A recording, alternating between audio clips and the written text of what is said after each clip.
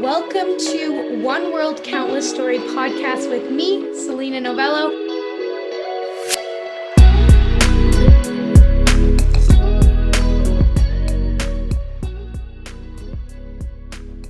Hello, welcome to another YouTube video. I'm so excited you are here. Thank you so much for showing up and being a part of this community. I have loved making this content and being a part of your story too. Today I am sharing another podcast episode, but today is my oldest sister, Annamaria Novello's interview. Her interview is so amazing. I am so excited for you guys to hear it. She talks about mental health struggles she's had, all the things that she's gone through, and again, she talks about leading with your passion and following your dreams. I am just so excited. If this resonates with you, please drop a comment and let me know. If you don't want to watch this podcast episode, that's fine. You can also listen to it on all streaming platforms. So anywhere you listen to your podcasts, like Apple Podcasts, Amazon, Spotify, all those good places. If you haven't already, don't forget to just subscribe and like this video. All right, let's get into it. Okay, well, hi, my name is Annamaria Novello. I was born in Calgary, grew up in Cochrane mostly. Obviously, Selena is one of my three younger siblings, so I'm the oldest of four. I have my parents, Debbie and Joe.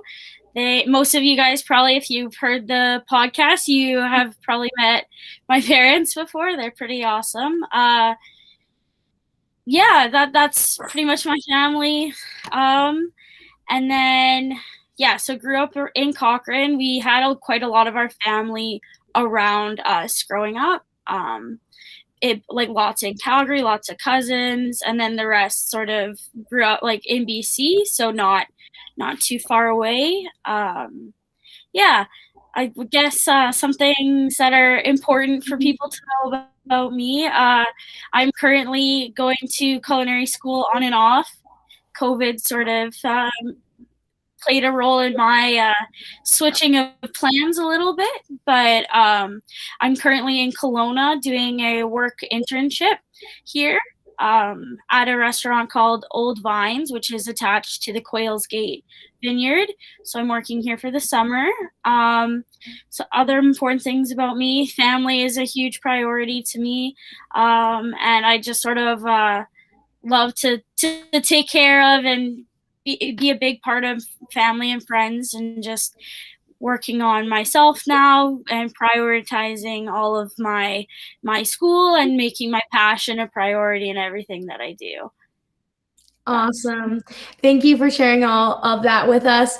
I'm definitely going to ask you some more questions around some of those areas that you've brought up, but let's start with your childhood. So what was your childhood like? I'd say I feel like I had a pretty sweet childhood. We grew up in such a big family, which I always enjoyed. It's like you have like three built-in like little best friends. So that was super nice. And I really appreciated the prioritizing of family in our like ecosystem. We always did family dinners together. That kind of thing was like super valuable. I feel like less and less that's a priority, and for us it always was. I feel like I think back and I'm super appreciative of our parents, because they gave us so many opportunities, and they always like told us, as long as you work hard, you can achieve anything you want in life. And I think that's so true, and something that like you need to live by, really, just to have some effort and like put in your best goals. I mean, other than that, we were always busy because there's so many of us, and we did different things, and they always allowed us to be individual people and then come together and be a family. Although we all are very strong-willed, and we do butt heads at times, but I think like it's good to raise like four individual people, and then you come together and you're a family when you are together. So. Yeah, that's pretty awesome. I agree with everything you've said. So when you say you were really busy, what was that from? I just think in general, like we all had so many different things going on, like sports and extracurriculars. Like when I think back to being a kid, I remember trying everything. I tried every sport. I wanted to try everything to find what I really liked. I ended up really like honing in on ringette and hockey sort of around 12 years old, but that was after countless sports, countless activities. I did Girl Guides, I did all that kind of stuff, just sort of all over the board. Like, it's hard to even think of every single thing. I think I tried just about everything out there. But yeah, those two ended up being my main ones, and then same with everybody in the family. We all sort of ended up doing the ice sports, so that was lots of driving and lots of practices and tournaments and all that kind of stuff. So made for busy times, and I think just having to run for little kids everywhere on top of like our parents doing their jobs and everything just made for such a busy time. Like, that's just how I think of our lives, as we were always so busy. There's just so many things going on at once. Yeah. So you mentioned that you played a whole bunch of sports, but then you kind of chose ringette and hockey. I'd love for you to go in a little bit about what those specific sports meant to you. Yeah, at the time, I think it was really about community. I had a few friends from school and elsewhere that had played the sport, and I think like as time grew, it was a way for me to like foster like a community with lots of like-minded little like girls, and we all got along quite well, and it really helped me with like teamwork. And I think as as I learned, I didn't have to necessarily be the best to still foster the teamwork and to make sure that everybody was maybe seeing me. Not that everybody needed to see me as a leader, but I always wanted to be a leader on and off the ice, make sure that people weren't being disrespectful because everybody's there just to have fun and that kind of thing. And as I grew older, I definitely grew into that leadership role, and now see it in just about everything that I do. That just sort of comes into play whether I expect it or not, um, which I think is, it again speaks to our parents. The way they raised us was just, if that's how you want to be, then portray that, and it will come with time and experience and all that kind of stuff. And yeah, I think I really enjoyed that community growing up, but I also, teenage girls can be little hell raisers. So it came with its own sense of issues and difficulties, but again, just learning and growing through them also just helps with your growth as an individual. So Yeah, well, thank you for sharing. That's a really awesome insight on what sports were able to do for you, and I love how you explained how it's still affecting the way that your work is today with your leadership skills and everything. My next question for you is, what was like your school life like, and like maybe you can go into like friendships or just how you acted and just different things like that. yeah, so when we moved to Cochrane, I started kindergarten halfway through the year. And I grew up with a lot of the same kids up until grade 6. We also I like It was a really tight knit community. And we like I wouldn't say I had a lot of friends, but like at the beginning I just had a few, and I sort of grew into more friends as I grew up, and then I switched to from Catholic school in grade going into grade 10. I went to public school, and that at the beginning I didn't really have a lot of friends. I had a few people that I knew from sports and whatever, and I ended up joining the leadership program there, and that really sort of um, helped me gain a community. And also, that was just something that I've always been interested in. Um, Academically, I've always sort of like coasted through school. I never really was the best of the best, and I never was like super low in anything. I think I was lucky in the way that I just worked really hard, and school wasn't super difficult for me. I mean, as I got into university and stuff, that was a whole nother ball game. But I only ever really struggled when I was really young, and then I did summer school, and that sort of helped just with a different way of learning, and then everything just sort of clicked after that. That was when I was like in grade 3, so really, really little. And then, yeah, high school went by pretty quick. I was, again, super busy, super sports focused. And then I did lots of extracurriculars. I was part of the art program at the school, the leadership program, which kept me very busy because I just wanted to be a part of everything and just help any way that I could. And then school, again, same sort of thing. I had sort of not a lot of direction in high school and where I wanted to go with a career. So I sort of took everything and kept all my options open.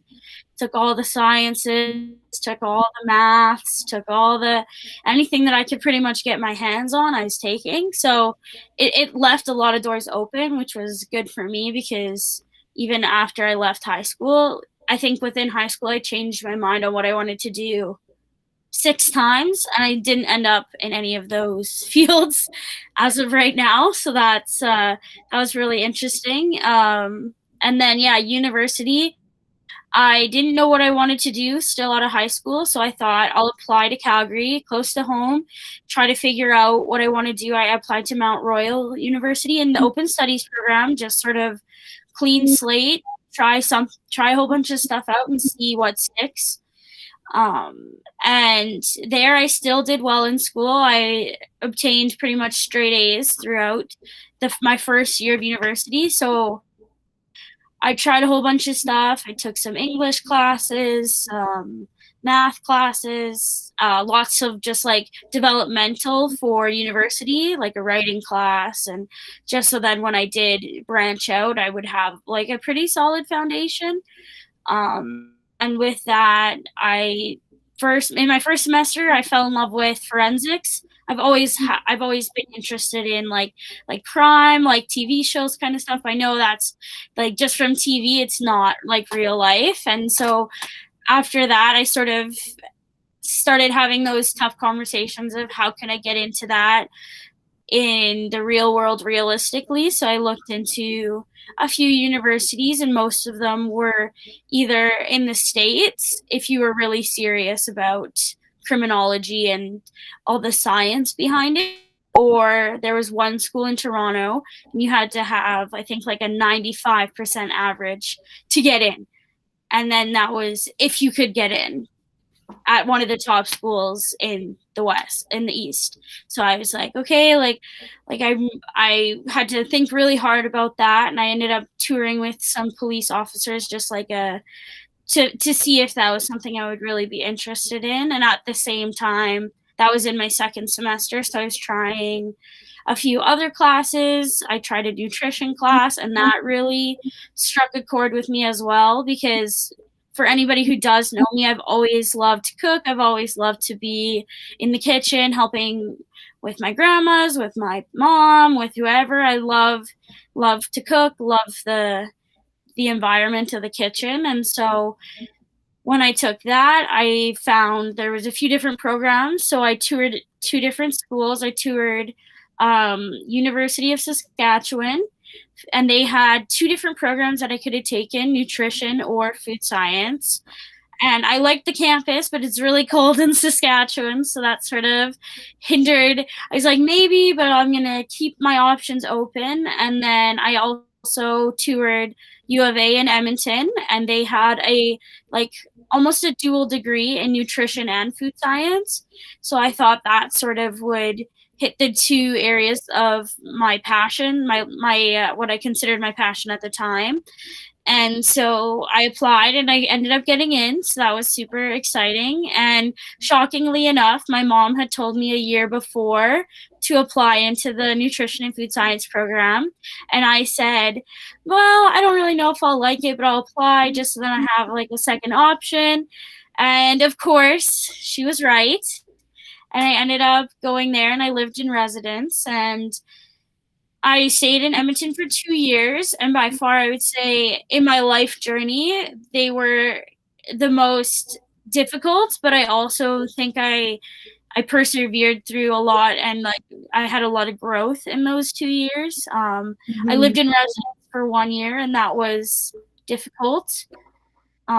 Came with a lot of challenges from others, and just I'm a very empathetic person, so I'll take on anybody's challenges, and any if anybody has any struggles, I'm always like, come talk to me, like we'll work through together. And that got the better of me being in residence. And I think a lot of my health, mental health, etc., had suffered from that situation. And then I ended up going to France, and Okay, hold on. um, I need to pause you before you keep going. I have questions. I have questions.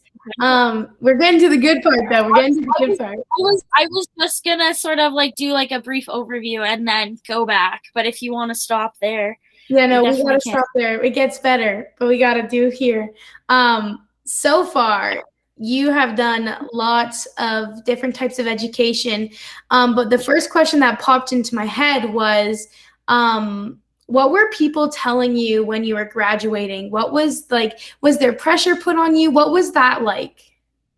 So when I was young, like little, I always wanted to be a cook. I always wanted to be a chef. That was the dream. That was my passion. That was the only thing I liked. And I remember very vividly, anytime anybody would ask me, I would bring that up, and they would all say, "Well, it's always good that you like cooking, but that's not a career, and you're really smart, so you should go into something where you can make lots of money and then just cook on the side as your passion." So, okay, I took a lot of that to heart, and I think that again, it was a growth and learning opportunity. But even when I graduated, I didn't know. I sort of put the thought of cooking on the back burner, and I thought one of two things. I thought, A, I need to figure out my life really soon. I said, I'm already graduated. So many people that I knew had known what they wanted to do their whole life. And I thought, well, I could go into business. Like, I've been around entrepreneurs my whole life with my parents, and I have a strong business sense. So I thought that would be a no brainer. I toured universities for that for years before I decided, well, I'm not really passionate about it. And I could easily just go and get a 9 to 5, but would I be happy long term? And I decided I don't think I would be. So I sort of backed off of that. And then I took like the grade 12 year to sort of think it over, mull it over, and nothing really stuck. I thought teacher, I thought, like maybe I would just go into university and then I'll find something that I like, which is what I ended up doing. And it worked out well, but I was told all throughout my childhood, you're really smart. You should go into a traditional university role. You should go, you'll find something you like. It's super easy to get a degree, and then you can figure it out afterwards. As long as you have a university degree, you'll be fine. I was told that lots. And to an extent, absolutely, I think education is so valuable, and the education that I do have helps me every day in things that I would have never thought imaginable. But do I think that being pressured into the normal streams of education was the best fit for me? No, and it proved to be ineffective for me at the time being. I think I could easily go back and be successful, but at the time it was not the right fit for me. I really liked Mount Royal. I liked the small school vibe. I went to U of A, which was at the time it was one of the top 4 universities in all of Canada. Very competitive, very cutthroat, very um, like the supports were there, but they weren't laid out for you. Whereas at the Mhm. other schools, like I just walked in and there's one academic office and you just go, and they were all so helpful.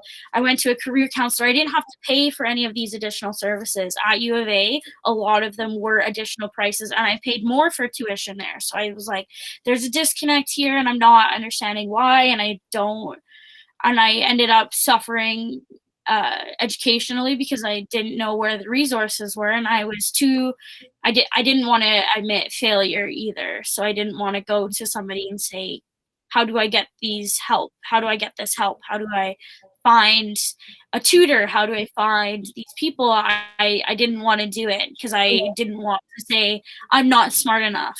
because I clearly was smart enough to get there. So then I just felt like, oh, there's something Yeah. wrong, but I'm fine. Yeah. So Yeah, that's a great answer to that question. What about I loved your part of your story where you said that, you were interested in multiple streams, you even said you were like considering business and teaching, and you considered the part that stuck out to me was the criminal stuff. I forget what you called it.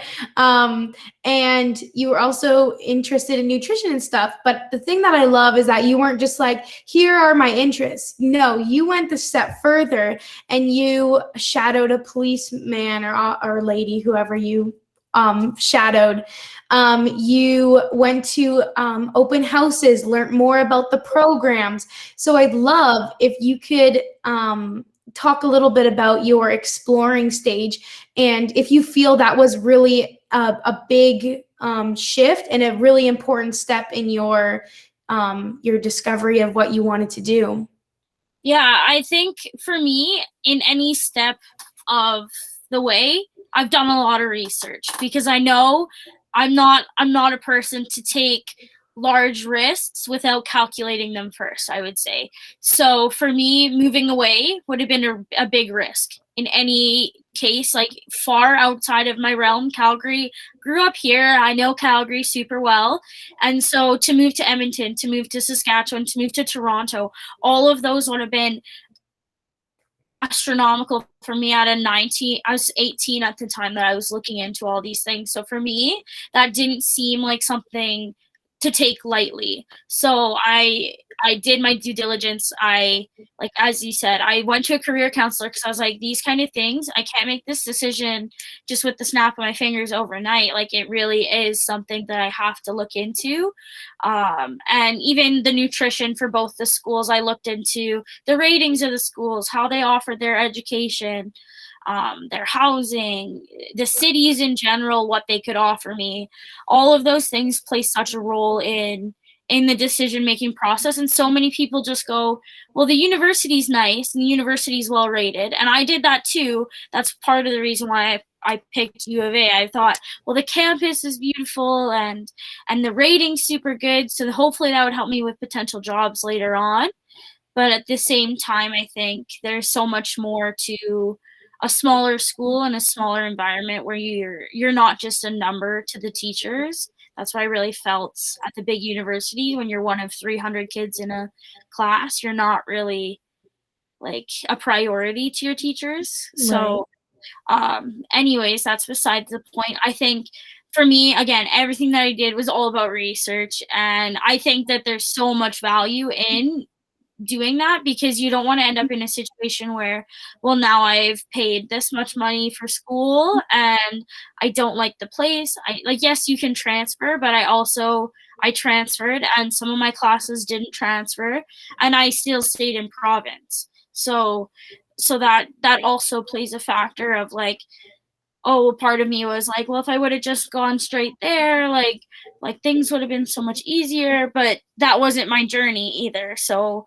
I now take it as, well, it was meant for me to try out all these things to help me learn what I like, and of course still have a passion for all the things that I liked, and of course some things just don't become a career, and that's okay too. So that was yeah, I would say like super important to do your research in that sense. Like this is your future, and if you really have a priority for it, then for me, I was taking those extra steps to make sure that it was what I wanted. Mm-hmm. So besides the tip of doing your research and taking that extra step, what advice would you give someone who has just graduated high school and they don't really know what to do, but they know they have a few interests, but they're still really struggling with what to do? What would your advice be? So as I'm sure you can attest, and so can my younger brother, I now believe, don't push yourself into university if you don't think you're ready. I absolutely, when I was in high school, was the kind of person who said, I need to be in university right out of high school, because otherwise I'm not going to want to go. And I think that that's such flawed thinking, because I think take your time and really look into your interests and look into, if you can, trying to find somebody who can help you with finding your passion. So for me, it was like having that career counselor where I said, these two things were interesting to me. And they took it, okay, well, here's the possible careers that you can have. Do any of these interest you? Because just because a field of study interests you doesn't mean that there'll be a career long term that actually interests you in that thing. So that was super helpful to me. So I think, like, not that everybody needs to go out and find a career counselor, but just even looking into, there's lots of different services online too where you can look in, oh, this is my field of study that I'm interested in. What kind of careers can I have? Do any of these interest me? And even just working in the real world. I didn't work until I went to university, because then I had lots of bills to pay and I moved out and all that kind of stuff. So then that was a priority for me. But the life experience that you can absorb from other people, I think is so important, just from listening to their stories. I worked customer service when I turned like 17, up until uh, like, I guess now I'm still in the customer service industry, just a different avenue. But like, I worked at department stores, I worked at like the arena in Edmonton, all of those things, and the people that you meet and the conversations that you have with people, like, there's so many people who, again, they chose their passion and they're thriving in that industry, or now they just have a job just to pay bills, and they did follow their passions and then they ended up here, and all that kind of stuff. I think there's value in any job, and there's jobs out there. So if you're interested in something, you can always contact places as well, and lots of places would be glad to walk you through their facilities, or they might have like an interning program where you can go for a week or 2 days or even 1 day and just talk to somebody who works there, and then see how they like it and see what they're doing and how they got there. And I think it's there's so much value, and I never wanted to take other people's advice, but it's just listen. You don't have to take their advice, but even just listen to what they have to say. So many people have so many things going on in their life, and so many things that change the route of their course of their life, and it's just really interesting to hear. That's what I noticed a lot in a lot of the part-time jobs that I had through school and all that kind of stuff, like those little connections that you meet with somebody, that you make, and it really does make a difference. And I think absolutely listen to everybody, but it is ultimately up to you. I think if I would have still just followed my passion from day one, my life could have been very differently already. But I also think that there's value in any journey that anybody goes to. So if they think that university's the right path, well, then absolutely start off there. But don't be afraid, if you don't like something, to speak up and then try to find the right avenue. So Yeah, I agree with all of that. And I'm just going to add a bit, because I think like my main takeaways from what you've just said is you need to try things and experience what they're like. And, your other big takeaway was talk to other people. And again, you don't have to take their advice, but just hear them out, listen to what their experience was. And just try things. That's like my biggest thing, I think. And what I like always think, and I'm still really young, so I don't know if I can like give advice on this really, but what I think is that any education is valuable. And with your story, you had to go up and down and around and up and down again and then around. But then you eventually got to your passion and you're doing what you love. So I think that, it's all going to happen. It all takes time. And if you go to school for a year and you're like, this isn't for me, that education is not wasted, because I truly believe all knowledge, all education is just so valuable. And the more you know, the better you'll do, in my opinion. And then also just making connections, because it's also the people you know. So making connections, like Annamaria said, is really, really important as well. I don't know if you have more to add on to that. Yeah, I think to myself often, I think, well, things could have been so much easier if I just stuck with, if I was hard-headed and said this is what I want to do and I'm just going to do it.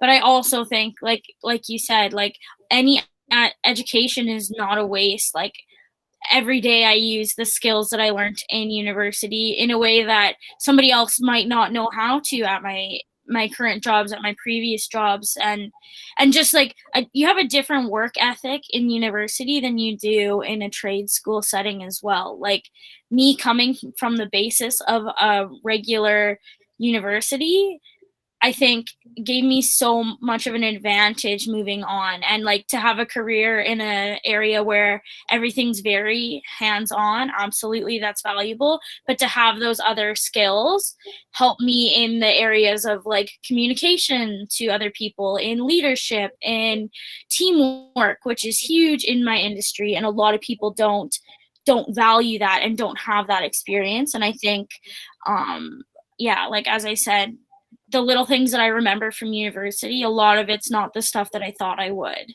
And not a lot of it was stuff I thought I would use. All those resumes that I wrote all those years ago, helping you guys write resumes. Like I think back to that, and the amount of resumes I had to write in university and high school was like a lot. But now I help everybody that I know write resumes because I have so much experience writing resumes in comparison to some people who have had a job and just kept the one job for so many years and all that kind of stuff. It really does help a lot. Like all those little things, writing skills help when you're applying for jobs, and then when you're communicating via email, like, you know, professionalism, all of those things that you learn in a normal university where you don't learn as much in a polytechnic, a hands-on establishment. I'm so grateful that I had that experience, because it just fosters like more of a professionalism on my end, which I always try to portray. So Yeah. Well, thank you for all that insight. That was very, I hope it's helpful to others. It was helpful for me as well. But if we keep going into your story, and you said, so now you have chosen U of A, and you said that things started to get maybe a little bit rocky, and you said that, you know, you weren't getting the help you needed, and you had all these fears, and you became almost like, well, you became the person that everybody went to in, what is it, dorms? in my dorm, yeah. Residence, yeah, thank you, residence. So you became the person that everybody went to at residence, and so things got really draining for you, I believe. And you said mental health issues started arising. So could you talk a little bit more about that? Yeah, so I decided to do the residence route because I thought, A, right on campus, easy peasy. B, I thought maybe this is a way that I can meet way more people and hopefully foster some friendships. And absolutely I did foster a few, and I still remain friends with one or two people from that situation. But the way that I look at it now, I say I lived in residence, and the only thing that it caused me was more stress, and it cost me $10,000 to make one friend. So that's how I look at residence for me. I think you're in a situation where not everybody's fresh out of high school, but everybody comes in and everybody's completely different, and everybody's working on melding, and they're all dealing with their own issues. And for me, I always, again, like I said before, I'm very empathetic. I always want to make sure everybody's doing okay. And in that time, I was checking up on friends constantly, and I was like, oh, let's go out tonight so then I can take your mind off of the stress of school, or the stress of friendships, or the stress of relationships, and all that kind of stuff. And then you look at the costs that are associated with those things, and I think I saw a lot of people choosing unhealthy coping mechanisms. And when I saw that, I thought, well, maybe that would help me. And I learned right away within 2 weeks, absolutely. not, that's not the way for me. But then I had to sit back and I had to watch all these people do the same thing over and over and choose unhealthy ways to deal with things, and me trying to be supportive, but then I was frustrated that I was in the situations and I didn't want to get involved in other people's drama and all these kind of things. So I look at it as it became very draining for me, and then I was taking on everybody's problems, and then I became bitter and resentful towards others because I was frustrated that they weren't seeking help. So then I would say my mental health took a hard dive right before like the end of first semester. And so I was really struggling, and I was trying to figure out what I needed to do, and I reached out to some people and I got some help, and I got help in the way of I went to a doctor and I said, "Please help me." And they said, "Okay, here, do this test." And I said, "Okay," did the test, and they didn't recommend me anything else other than, "Here, take these pills." So I tried that. I felt nothing. I felt worse because I felt no emotion. So I thought that's not for me. Um, and of course, I'm not saying that that was necessarily the right choice. Of course, everybody has their own ways of dealing with things, but for me, that didn't help. So I stopped doing that, and I started focusing on myself a little bit more and focusing on my schooling. But when you're dealing with that and all of other people's problems, your school usually falls to the side. At least it did with me, and I really struggled with focusing on my academics, especially when I had limited interest in some of my classes. You know, they were the mandatory classes everybody has to take, and I had no interest in them, so I didn't really try. And then, you know, your grades start to slip and everything just starts to slip, and you're just wondering, is this going to get any better? And so I left university in the first year being like, well, hopefully everything will just work out, and I'm not going to live in residence next year. I'm going to live by myself. I'm going to focus on myself. I'm going to stop worrying about everybody else, because at some point you have to focus on yourself. And so I was like, I can't keep doing this. I need to take a break. So I was like, if these people were really my friends and really wanted to be around me, then they'll make the effort and they'll reach out to me, and we can work together and we can be friends, and we can not only focus on the hardships, we can just live life together. And so a few did, and most didn't, which is okay. You know, you lose friends along the way. And in my second year, I really started that's when I got a job. So I had like something else to think about outside of just school focus 24/7. And then I also wasn't dealing with anybody's issues. So a lot of that improved. But I also think about the weather that you have in Edmonton, where it's cold and windy, and you know, like when you're already not feeling great mentally and then you're stuck in like a cold gray area, that doesn't help either, especially used to Calgary and sun. So I'd say there was lots of moving parts, and not that I want to blame the people that I lived with and whatever, because again, I put myself in the situation to take on their problems, and that's not my job. But it does play a role when you're dealing with so many people, so many emotions, so many like characters who butt heads, and then you're just trying to like ease the tension. And so I'd say it was very difficult for me, and I learned really quick like this situation isn't good for me. And I was like, I'm gonna stay the whole year, but I'll never do this again. And I still stand by that decision, because it was fun and there was lots of good parts, but I do think that it affected the way that I handled myself in those situations. Like, it didn't help. It was when you're in a bad situation and then you're just stuck in that situation, you can't change things. Yeah. And it starts to foster like a negative environment. So yeah, I'm glad I did it. I think it was good for me to like push the envelope and learn a lot about how to interact with others 24/7. But I'm like, now I know those situations are not good for me, and I'm not gonna put myself into anything like that anymore. So That's very good insight, and you were able to be like, okay, this is not working. I need to switch it up soon. So that was really good on your end. And thank you so much for opening it up about your mental health issues and getting help and reaching out. That was very brave of you. I would just like to continue that on. And you said that you had gone to a doctor, you had gotten help, but the medication wasn't working. So then you moved out, but what else did you do to get yourself back to a place that was you were okay with? So I think when I was in Edmonton, I was really grasping at straws. I was like, I'm here for school.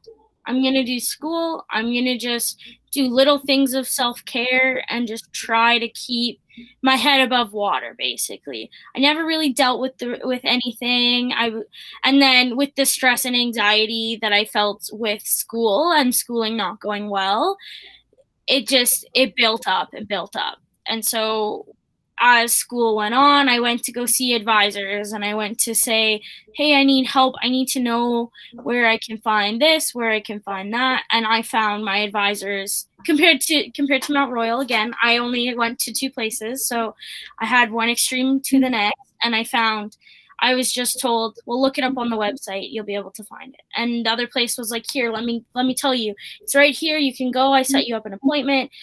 It's done for you. So I was in a situation where I was still struggling, and school was starting to get easier, but again, I had my own space. I had my own time. I was able to almost balance better with a little bit of a busier schedule with my job. So I worked in the evening. So I would stay at school after my classes, and I would focus on my homework, and then I'd go to work. And so I sort of found like a solid routine, which I think was really good for me. It was like once I started to have a routine, then things sort of were starting to fall into place.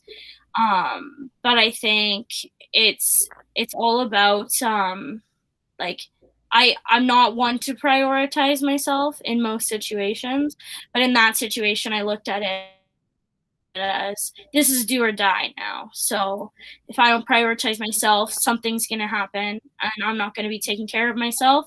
And then I don't want to live in that situation, and I don't want to be falling through the cracks because I'm worried about my schoolwork or I'm worried about something else. I'm like, I have to still take the time for myself.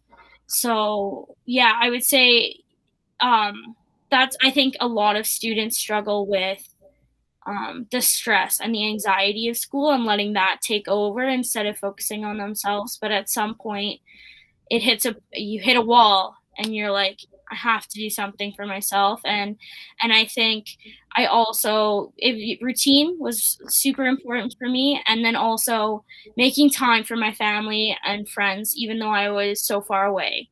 So I had a lot of friends and family, obviously quite far away, but I started to like go home more on weekends, or like if I had a long weekend and it was somebody's birthday or something and I knew everybody would be together, I would do everything that I could to come back so then I could be in my support system, because it's hard when I was calling my parents constantly. I'm sure they can attest that every morning or every night when I was on my way home from school, I would call them and just chat about my day and be like, just to take the stress off of just being in your own head. Just to have that back and forth with somebody else was super just refreshing and something that I needed to do.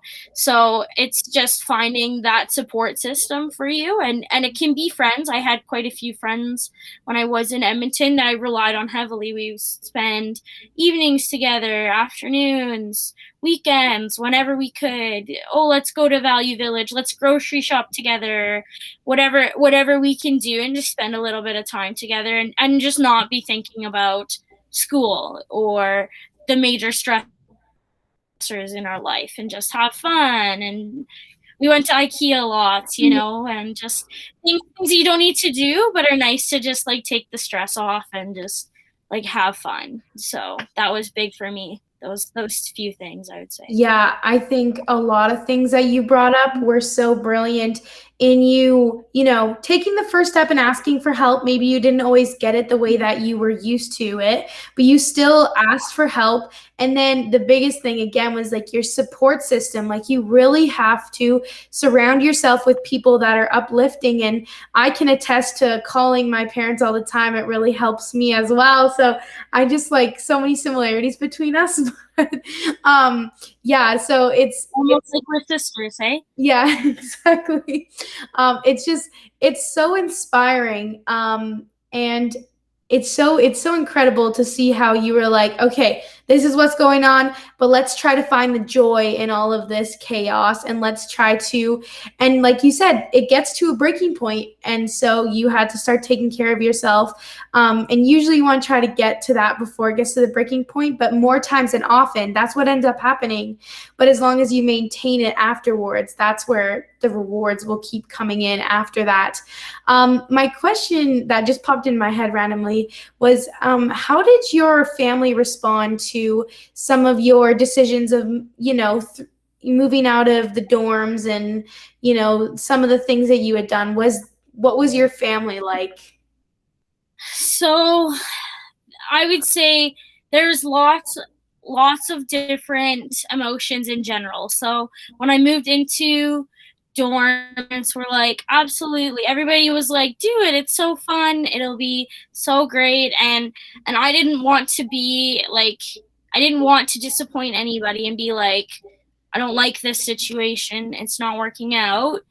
But I was like, I'll just stay for a little bit longer and then it's done, right? So I stayed and I knew it was going to be rough, but I was like, I also knew, okay, like there's certain things, obviously, like for everybody, there's some things that are scary to talk about to anybody. And so for me, like explaining the situation of my mental health to my family was very difficult for me, because I always, for my siblings, wanted to portray strong strength.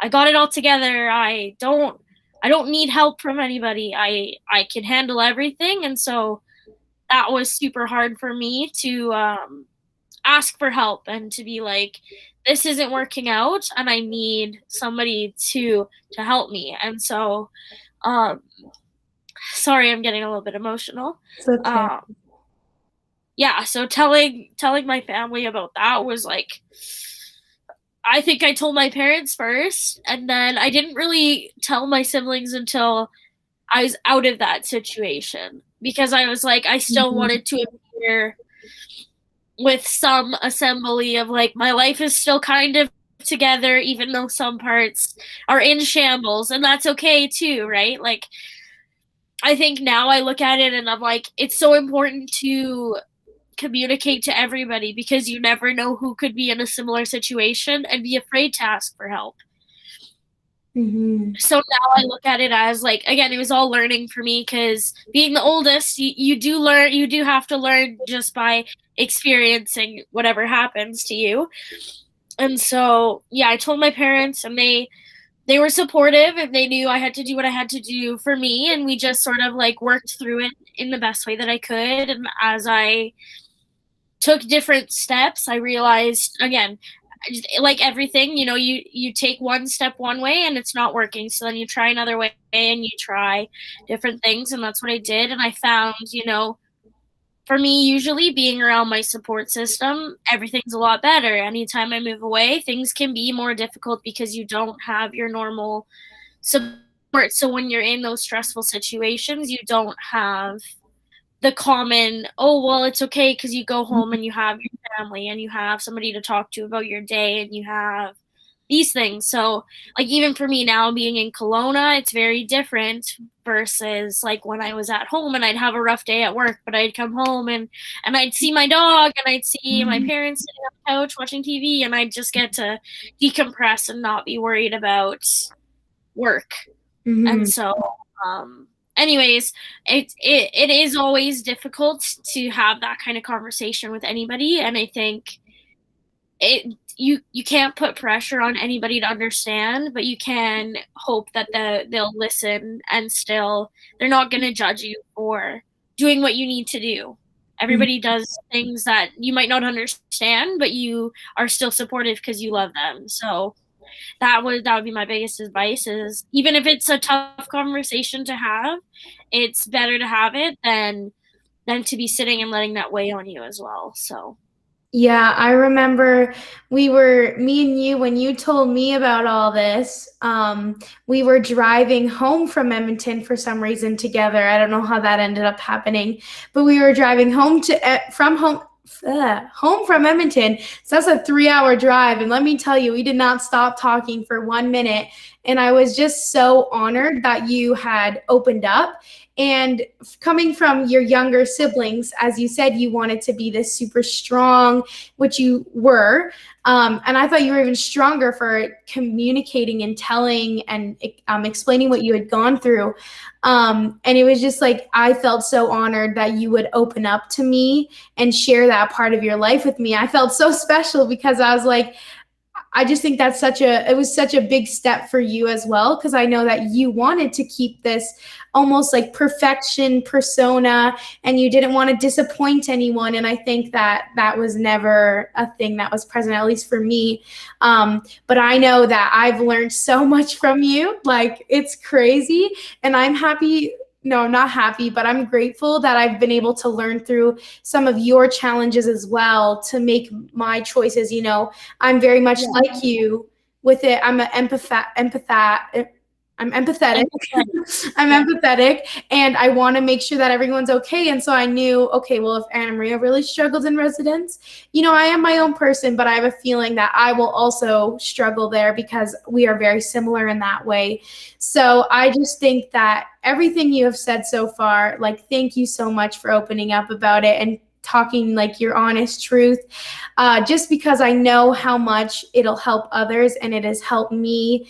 And just like you said, learning from others is like one of the best things you can do. So yeah, I'm just so thankful. I can see you crying a little bit, but I just want you to know that, like, telling us all this did not change our opinion on you ever, and it made it better because we were like, okay, she's actually human. She can mess up. And she's experienced hard times like lots of us do. So yeah, thank you. I want to keep going into your story. I cut you off there. Now we can finally get back into it because I'm super excited to talk about this. So you did some traveling. That's all I'm going to say, and I'm going to pass it on to you now. yeah, so while I was at U of A, I actually this story is like one for the record books because I had heard about this trip through an email that I got from the school, and it was like deadlines coming up soon for like travel abroad opportunities. So I was like, oh, I just like briefly glanced through the email, and then I saw there was a trip to France for a nutrition opportunity. So I went through, I applied, and I actually submitted the application 2 days before the deadline. And so I didn't expect anything to come from it, but I was like, I would kick myself if I didn't apply, like I'll figure it out if I get in. If I don't, nothing changes. I just keep going my day to day. And so I ended up getting accepted to the program, and the program was on like chronic illnesses and then like the nutrition that helps with it. And so you'd be in France for 1 month doing the schooling, and if you wanted, you could supplement for an internship there as well for another month.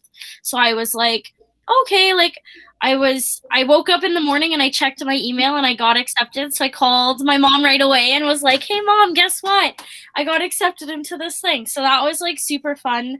And so I ended up leaving in May and going. And I ended up applying for the internship as well because I thought, to learn in another country is so valuable, and to experience the workforce in another country as well is so important because Canadian work life is different than anywhere in the world, and everywhere is different. So I've thought, what a great way, like, that. So I ended up applying to that, and I went and I made some amazing friends and experienced so much. I think that was probably one of the the biggest like life-changing moments for me. One of the biggest life-changing moments for me in my journey so far was going and doing this trip, because I was nervous. I didn't really think I would be able to handle it. I was like, well, this is a big step for me. I've never really traveled very far on my own and like for that long and all that kind of stuff. So it was a big change, but I decided I was going to do it. And I do not regret any moment that I spent there. I learned so much about myself, so much about culture, so much about my passions and pursuing them. And so I met quite a few people and learned about their passions and their journeys, and that sort of helped me guide my decisions as well. Like, so many like-minded individuals, all in nutrition, all across the States and Canada. And so I took a long look, and for the first time, I think I actually admitted to myself that although I was studying something similar to what I enjoyed, I wasn't fully in my passion. I wasn't doing what I love. And being in France and watching every single person be so passionate about what they were doing, from the person selling the groceries at the market to the person like stocking your groceries. Like, every single person just was so happy to be everywhere that they were. And like the professors that I had at school, like all different stages of life, different life stories, similar thing, and they all just were so passionate about what they do. And I saw that and I said, I look at what I'm doing now, and the only thing that I really want to be doing is cooking. So while I was there, I ended up applying to SATE, to the professional cooking program. Again, right before the deadline. At this point, I was really close to deadlines. Normally, I'm not like that, but the opportunity came up. I was just sort of browsing, and I was like, if I don't apply now, I never will, because I'm in the situation where I want to be following my dreams. I want to be following my passions, and this is the way to do it. So I applied to SATE, and I just sort of was like, if I don't get in, I don't get in. I'll just do whatever happens. I ended up getting put on their wait list, because their like official applications like were mostly done at that point. They had filled all their seats, and they said to position your spot on the wait list, you'll do an interview. So I had gone on my internship, and we ended up leaving early due to just some issues with our placement, which was fine. And I enjoyed every minute of being in the placement, but sometimes you hit a situation where two very different cultures and two very different people, and we just decided to part ways. Me and the girl that I was with, we left our internship early, and so I was in Brussels, and I did my interview for my culinary program, and they said, by far you are the most well-spoken and well-versed applicant that we've seen, at least on our wait list. We want you to be number one on the wait list. So that made me feel very happy, and it also made me validate the fact of, I want to be here, and this is why. Mm-hmm. And my why lined up with what they are looking for in applicants, which was really like good to see for me.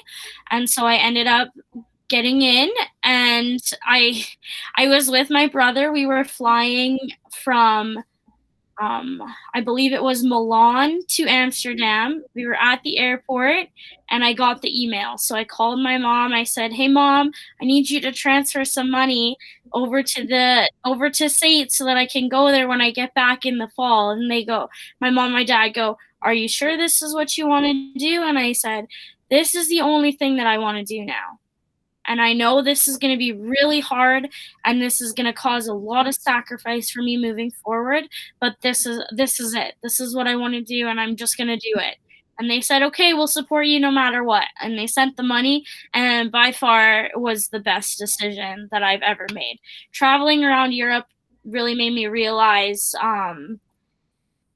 the independence that I can have, and also just being immersed in a place where food is so much part of their identity. Everywhere we went was we were all over Europe, and everywhere food is part of everyone's identity, and I feel like being in those places and seeing the passion for food from all different people, all different places, just really reiterated my passion and almost ignited the flame that I had suppressed for so many years.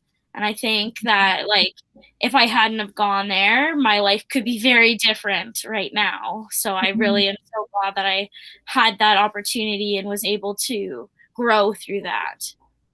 Mhm. Yeah, that's like just so mind blowing. I love hearing the story this way. Like I've heard it many times, but this way I could just like see your face glowing because you're just so passionate. And I think that was probably something that really shined through in your interview as well, that you're just so passionate. And like you said, you just started feeling like all of this stuff was really what was meant to be. And and like you said, when you were talking to your parents on the phone, you're like, this is gonna be very difficult. There's gonna be a lot of sacrifice, but I want to do it. And you want to do it because that's what your dream is, your passion is, and it's been inside of you for so long. And so I think it's very hard to do that. I think a lot of the time we want to impress our parents, we want to impress the people around us, and we're scared if we don't do something traditional, or if we're not in like a professional university or like anything like that. It's very scary again because you're like, but I think in your situation, you just knew it was exactly, it felt so right to you that it didn't really matter what anyone thought because this is what you're doing. So do you want to speak a little bit on that? Yeah, so for me growing up, I obviously, as you can tell, very family focused, and I always like lived in the state of I don't want to disappoint anyone. I want everybody to be proud of me. I want everybody to look up to me. I was like, I feel like I have to set the tone for everybody coming below me. And that was like a big priority, especially the younger I was. As I was growing up into a teenager, I was like, I want to set a good example. I don't want to not necessarily make mistakes, but I don't want to put myself in situations where I set a precedent for you guys. I'm like, well, if I did this, well, then they're going to be like, well, I can get this because she did this. And so for me, it was like choosing something where I had to, what I felt could have been disappointing to my parents was not choosing a traditional job and not using, obviously I feel like I'm quite an intelligent individual and I do use that intelligence in different ways now, but not using it in the traditional go to university, get a 9 to 5, work an office job, or work a regular job, and you don't have to work so hard and you'll still make a great wage, and then you'll just retire and you'll live your life. I obviously went off the beaten path because choosing the career of a chef or a cook, you don't choose that because you want something easy. You choose it because you love it. Because the hard work that you put in and day out to cook for other people, holidays, weekends, late nights, early mornings, you do it because you love it. You don't do it because you're there to impress. And I look at my parents, I know they've worked so hard for us and they don't want us to have to work as hard as they did. And, you know, everybody has a different story. They wanted us to go to university because my dad went to trade school and my mom went to university, but I don't know if she necessarily finished what she set out to go to. And so in that way, they wanted us to, you know, like learn from them and just achieve greatness in an easy way.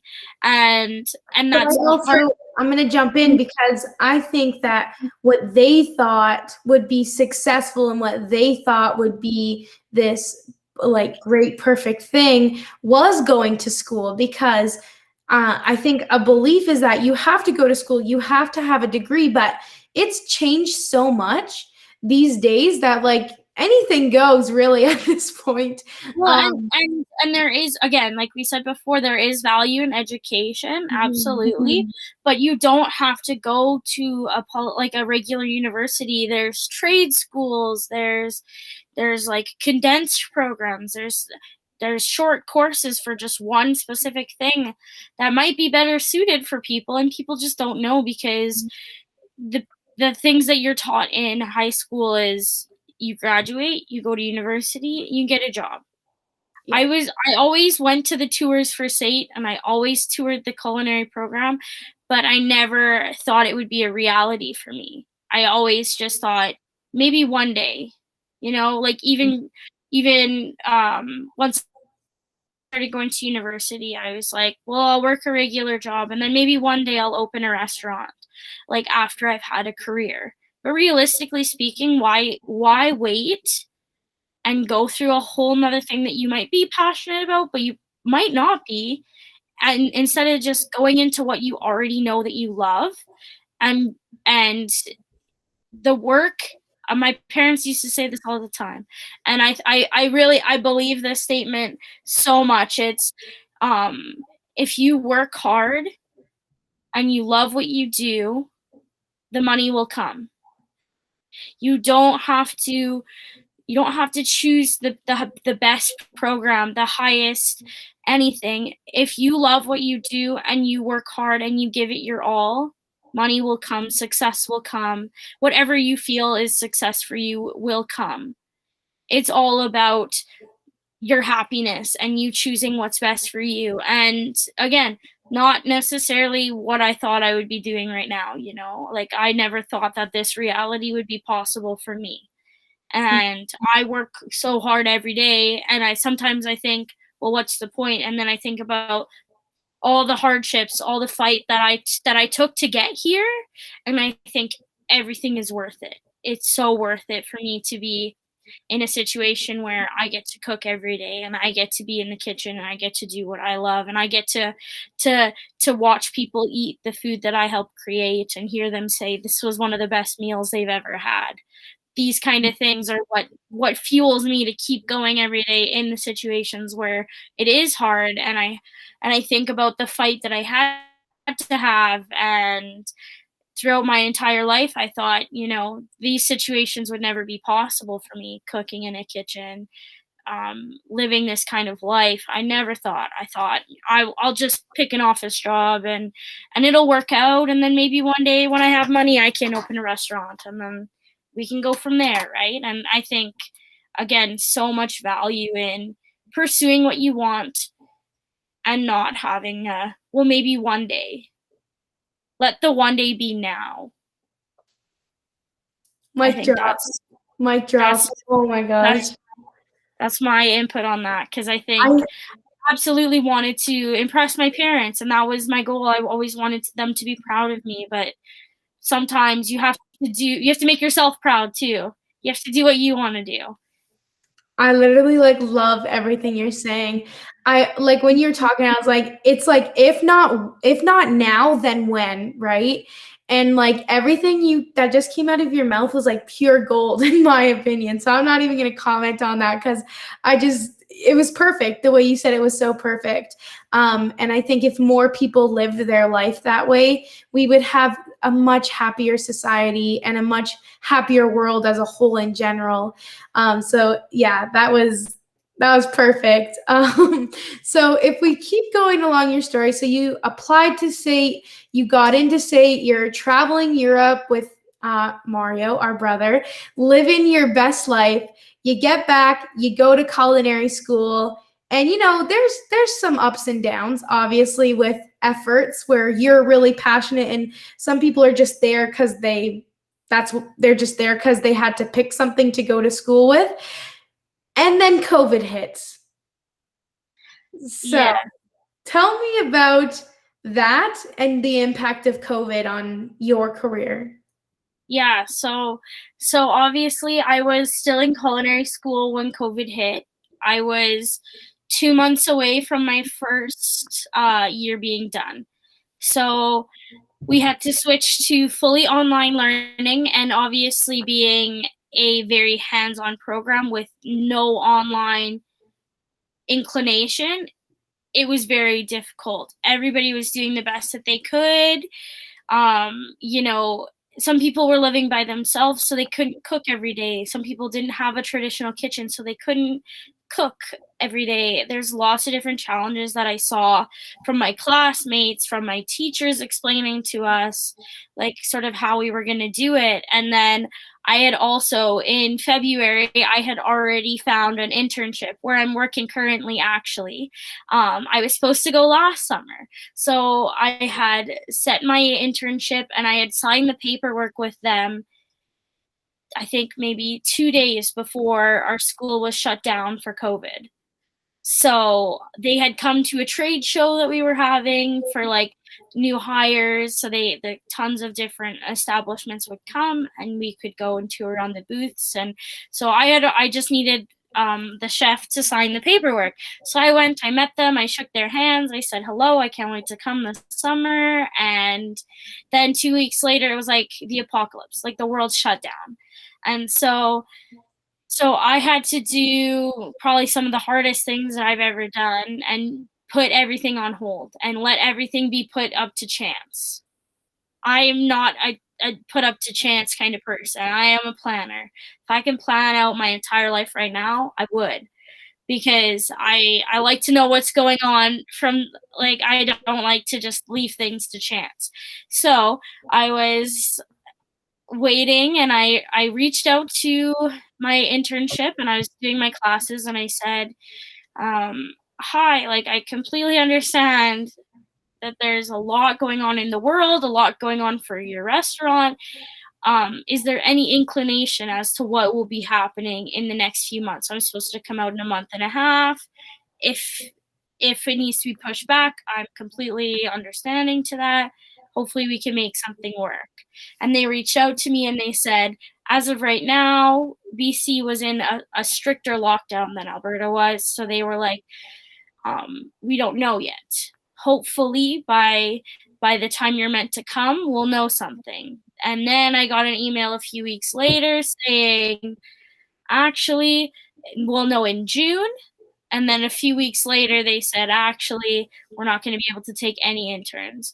And so that to me was very, very difficult because I was so excited about the opportunity to get to go somewhere that I didn't feel get an experience I couldn't get in Calgary, and to work at a vineyard and to learn more about wine pairing and to learn from a bigger kitchen team and all these kind of things that I was really excited to get. And my teachers were all rooting for me. When I told them that I had gotten the internship, I had so many teachers saying, this place will be amazing for you and you're going to learn so much. And I'm so excited for you and I'm so happy for you. And so I had built this up to be a once in a lifetime. And I was so ready and I was so excited. And when that didn't happen, at first I felt crushed.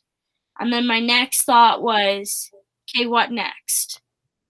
Because if I can't go there, I need to figure something else out.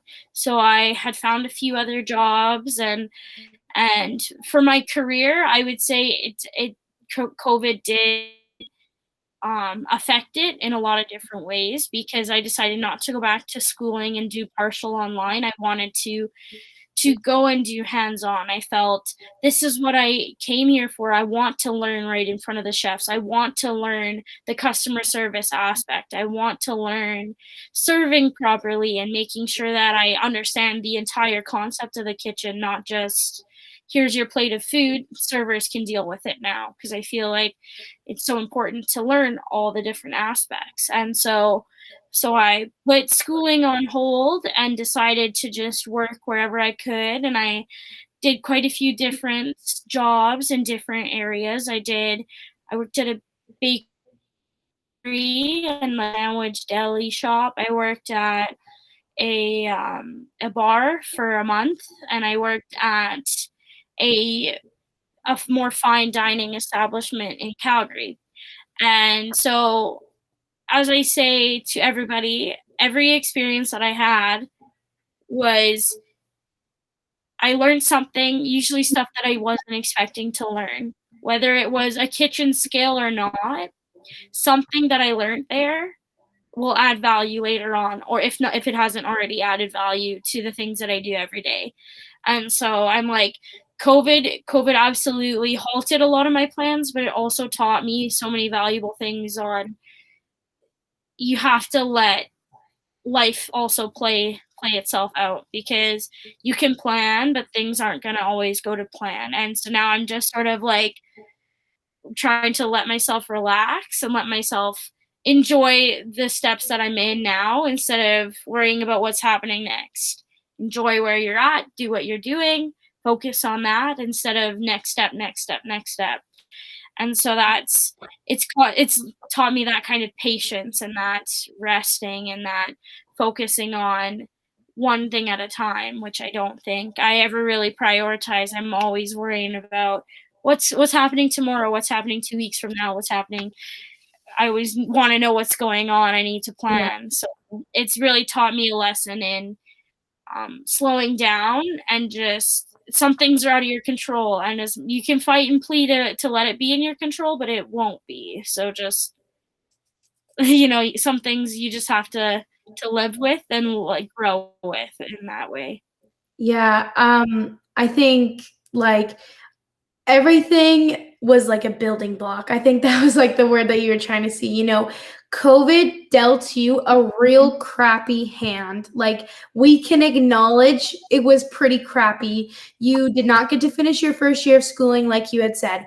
Then you lost this internship that you had hyped up, and others had hyped up so much. Then you had jobs that were sometimes what you at the beginning thought that was going to help, and then they were not at the end. And again, all great learning experiences, but it did suck. And me living with you, I saw a side of you that I was like, oh no, I hope you're not getting discouraged, because it looked that difficult on you, because pretty much everything that you had just decided and worked on just fell out of your hands. You had no control, like you said. But when you're talking here, I'm like, wow, I'm so happy that she learned all of these lessons. And when we were talking, I was like, oh, I'm going to ask her about patience. Nope, you got it. You talked about it already. And I just think that that's so amazing how you were able to be like, okay, COVID, this sucks. You know what? I am gonna let like sit in the, like suckiness and be like, oh, my life is hard. But then you were like, no, no, let's keep trying. I'm gonna do different jobs. I'm gonna do different things. And I think that's like a testament to your whole story, where you had told me this before the meeting, that you had little roadblocks, but you never did nothing. So I'd love for you to expand on that. Yeah, so I would say, like, I would say, everybody sort of got dealt a bad hand with COVID. Some people more than others, of course. Some people's jobs just stayed the same and they just had to deal with the pandemic. But for me and for my industry, I would say we really got dealt a tough hand. So I had lots of different jobs, and then I ended up in a job where I loved the scenario, I loved the people, I loved the environment, and we ended up going through mass layoffs because Alberta was closing restaurants. And again, dealt a bad hand, and my immediate reaction was to be so upset and to feel like, again, nothing's in my control. I'm upset, I can't figure things out. And then you just have to take a step back and just say, okay, it's okay to feel bad for yourself, but then you have to move forward. And so at that point, it was looking for a job that I felt fit my expectations of a job, and also that provided me with growth and learning opportunities, because I don't have a lot of experience, but I need the learning, I need growth. That's what I'm looking for. I'm looking for an internship kind of position. And so as I was sitting there and waiting, hoping I got called back from my other job, but looking elsewhere, and BC was more open. So I thought, maybe I'll just reach out to my old work, or my old internship, and just maybe there's a chance that they haven't filled all of their internship spots yet and they'll take me on. And so I reached out and explained the entire situation. I said, I I stopped going to SAIT for this reason, and I did multiple jobs all over the course of 6 to 8 months, and here's what they were, and here's what I like experience that I gained from them and other learning opportunities, and they said, "Absolutely, we'd love to take you." And I was like, and again, it's one of those things where the hardships were hard, and I was frustrated, and I was mad, and why does this keep happening to me? Because it felt like one after another, just bad things. But then when that opportunity came up, I was like, okay, maybe the tides are turning, and maybe things will look open, look like have a positive potential. And so I sort of expected them to just ask me to come in the summer, just come in June and we'll get things sorted out. They asked me to come in April because I was unemployed, and I said absolutely, like I'll come whenever. I'm not doing anything right now other than just taking the time to relax, because it was sort of, well, if I can't work and I can't find a position that I'm happy with, well, then I'll take this time to relax and work on growth and work on still cooking, but not in a professional setting, cooking for my family, cooking for friends, whatever.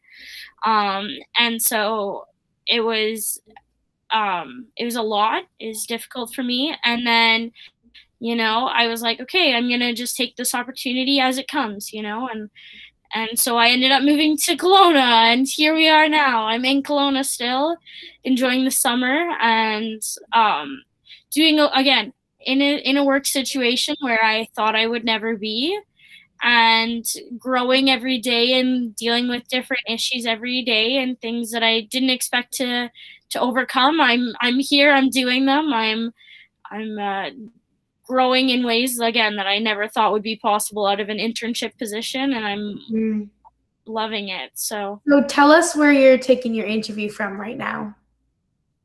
so I'm currently at the restaurant's called Old Vines Restaurant, and it's on the same property as Quails Gate Vineyard, and so we provide like the dining aspect to that is with the restaurant, and then we do like wine pairings and events and things like that.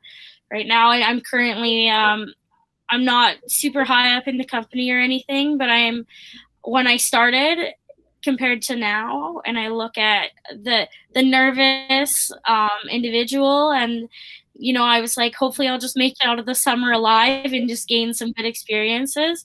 And I helped train some of our other interns, and I've taken on quite like more leadership than I ever expected, but I'm glad to have been learning in that way and to help others in a way that I've always liked to help others, and to be a teacher and be a nurturer and all those kind of things are something that I've always enjoyed.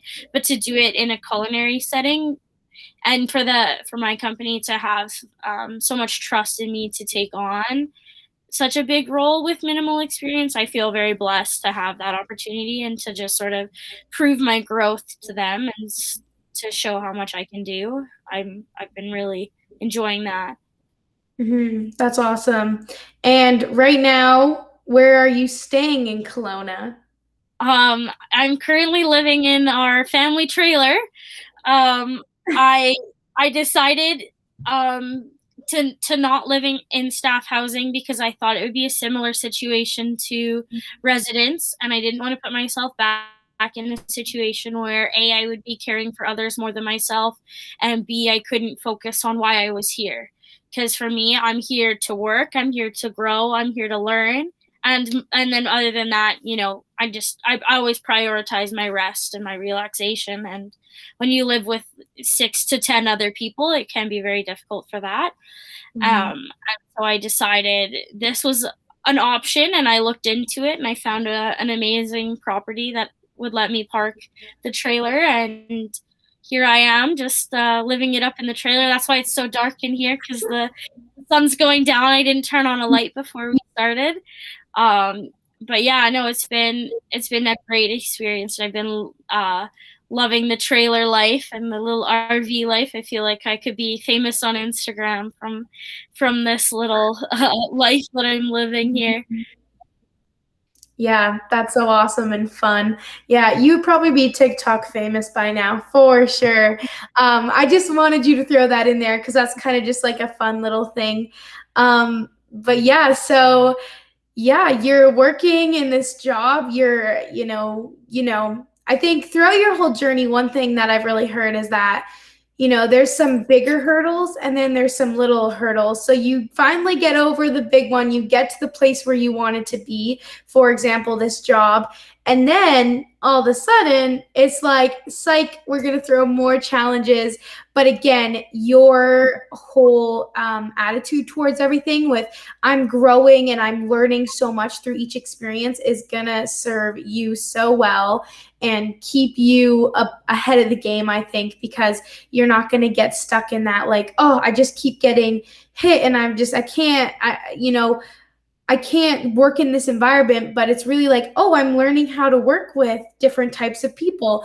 I'm learning the things that are very important in the restaurant industry and things like that. So I think it's definitely a story that has inspired me as a young person, and I hope it does the same for anyone at any age, because I really think that you are a living, breathing example of following your dreams, even when it's harder. And I think an important message is that it's never too late. So you can be, what were you, 20? Were you 20 when I you did that? Yeah, I went to culinary school. Mhm. I was 20. I was turning 21 Yeah. that So year. yeah, you can be 20 or you can be 40 or you can be 30, you can be 60. It's never too late to follow your dreams. And I think that's really just a big message that I want to get out there and that I've been hearing throughout your story as well. So to start to wrap up this conversation, I'm wondering, what is the future look like for you? What are your future plans?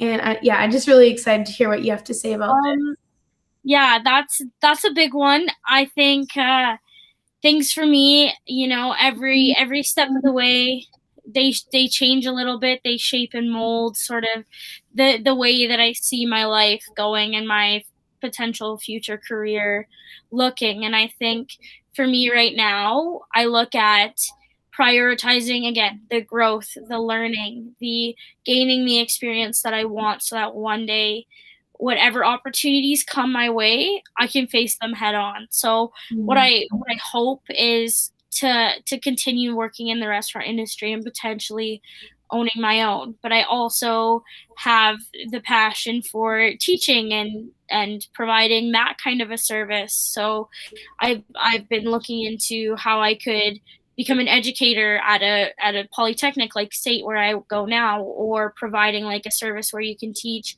young, like people from all different ages, how to cook. And there's so many different opportunities out there in that avenue that I look at. And I also think I might go back and finish my degree, and then I can have the nutrition side as well if I do go into the education side. So I can help people with um, how to create healthy food that still tastes good, because I'd have the restaurant side, I'd have the nutrition side, and then melding them together. But I also know that the future is not planned, and I am just going to roll with the punches and let the journey sort of take me in any way. I would also love to go back to Europe and cook in Europe and have that experience, because that to me is where my journey began, almost, where the passion was ignited again. So I'd love to experience that, even if it was for just a short time. But I know there's lots of changes in the world right now, so I'm just, focusing on any opportunities that come. I do plan on going back to state in the winter and finishing up my my degree with that, and then just sort of after that I'm leaving the door open and sort of gonna roll with whatever comes at this point. But there's lots of different avenues that I can take in the future, and right now I'm just leaving them all open because I don't want to close a door. Mhm. Yeah, that's so awesome. And I think it's the perfect mindset to have right now with COVID and with all of the unknown, and I mean in general we don't really know what's going to end up happening, but with like the whole new layer of the pandemic and all of that in the past years, we really don't know what's going on. So I think that just like letting life happen and just really absorb all of the opportunities you get is going to serve you so well. And I'm just so excited to see where you get to go. And I'm going to have like a front row seat at it. And I'll be cheering you on the whole way because I know whatever you do, like you've already shown, you're going to do so great at. So thank you again for joining me today. I end the interviews off with 4 questions that I ask everyone. And I'm going to start them off now. They can be as short or as long as you want. The first one is, what is some of the best advice you've received and from whom? I already touched on it earlier, but I think the best advice I'd ever received was, when you love what you do, um, the success will come. If you work hard, success will come.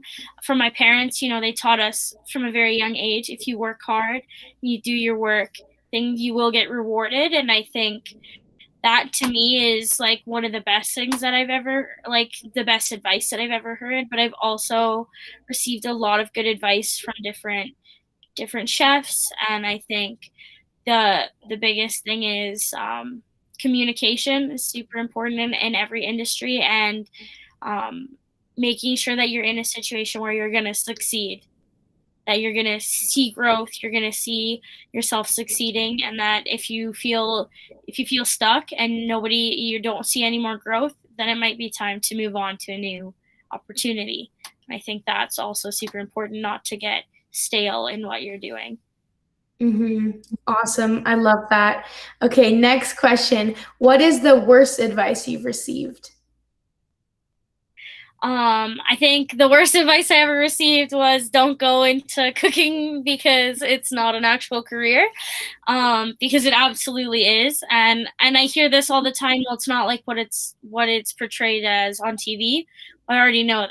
I didn't go into it because I want to be TV famous. I went into it because I love it, and I think not necessarily that I chose this to prove people wrong, but it does help when I get to show people the success that I'm having and the growth, and it just sort of shows other people that it's not just a job that people get because they don't know what they want to do. There is people who love what they're doing every day, and they choose it because they love it, not just because it's a job.